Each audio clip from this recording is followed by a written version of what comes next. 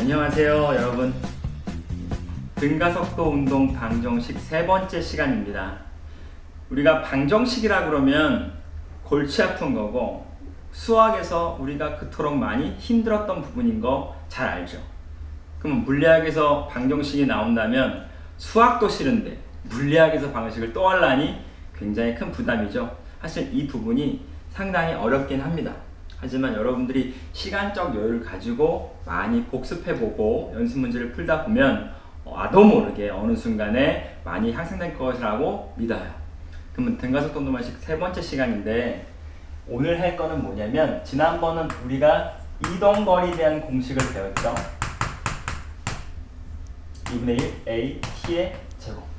그럼 오늘 우리는 뭐 할 거냐면 과연 속도는 어떻게 간단한 방정식으로 표현할 수 있느냐라는 겁니다. 자, 그럼 상황을 예시해 볼게요. 우리가 여기서 0초일 때, 10초일 때, 20초일 때, 30초일 때 속도를 어떻게 구했나요? 바로 등가속도, 가속도가 변하지 않고 이 뜻이, 중력가속도의 뜻이 사실 본질상 가속도를 나타내고 있고 그것이 특별히 중력이 미치는 공간에서 나타나는 가속도이기 때문에 우리는 중력가속도라고 쓰고 크기의 수를 맞추다 보면 10이다. 몇 초마다 10씩 빨라지는구나. 그래서 가속도가 10이니까 빨라지는 규칙이 10이니까 여기다가 더하기 10, 더하기 20, 더하기 30 이런 식으로 갔다고요. 근데 그렇게 구하는 거 말고 만약에 선생님이 14초 후에 속도 구하시오. 자유낙한 공간이 무한히 길다면 시간이 충분히 흘렀을 때의 속도를 구하시오라든가 아니면 3.7도일 때 속도를 구하시오. 3.754초 후에 속도를 구하시오라 하면 여러분 어떻게 대답할까요? 아마도 30과 40의 중간값쯤 될 것 같아요. 빠르기는 이라고 말하겠죠. 그러나 정확하게 계산할 수 있는 도구 하나를 배울 것인데 그게 오늘 등가속도 운동 방식 V 공식입니다.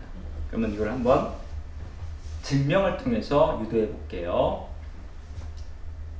사실 증명은 아니고 단순 유도입니다. 그럼 해볼게요.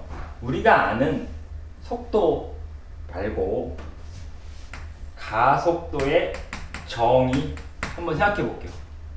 조금 전에 배웠던 건데 가속도 어떻게 구하나요? 1초당 속도의 변화죠. 그러면 분수꼴로 나타날 수밖에 없고 분모에는 시간에 대한 정보가 와야 돼요. 시간분의 이동거리 아니죠. 속도의 차이. 그러면 속도차 델타 V. 그때 델타가 뭐라고 그랬습니까? 델타는 변화량이고 나중의 것에서 처음의 것을 빼라고 말했었죠. 그럼 여기서 T는 나중, 처음 이렇게 쓸 수도 있겠죠. 나중의 속도를 V, 처음의 속도를 제로가 붙이면 같은 뜻이 됩니다. 시간 t를 좌변 넘겨볼게요. 그러면 at가 되고 v-v 제로 되죠.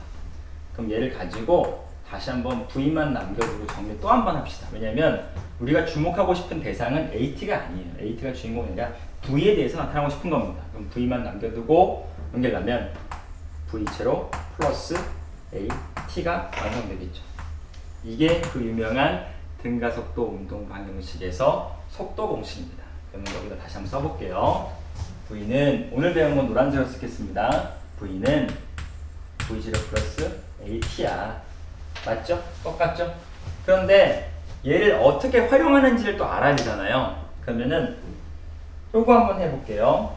자유낙하 상황인데 사실 지표로부터 좀 많이 높이 있고 공기저항이 없다고 그냥 상상해 보겠습니다. 그런 자유낙하할 수 있는 공간인데 10초 후 과연 V10초는 어떻게 될까라고 했어요. 그러면 물론 눈치가 빠른 친구들은 따다닥 해가지고 선생님 다 나왔어요 라고 하겠지만 실제로 방정식에 넣어볼게요.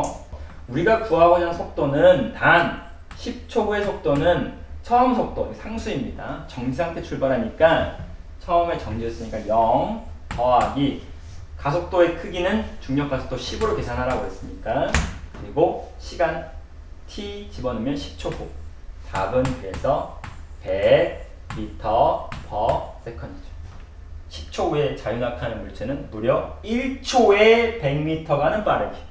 1초에 100m 가는 빠르기가 완성됐습니다. 그러면 이거 가능하죠?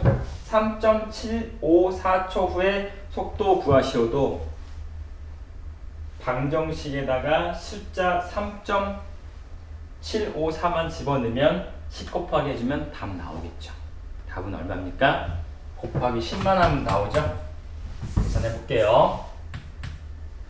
어떠한 속도 3.754초의 속도는 곱하기 10만 하면 되죠? 10 곱하기 3.754.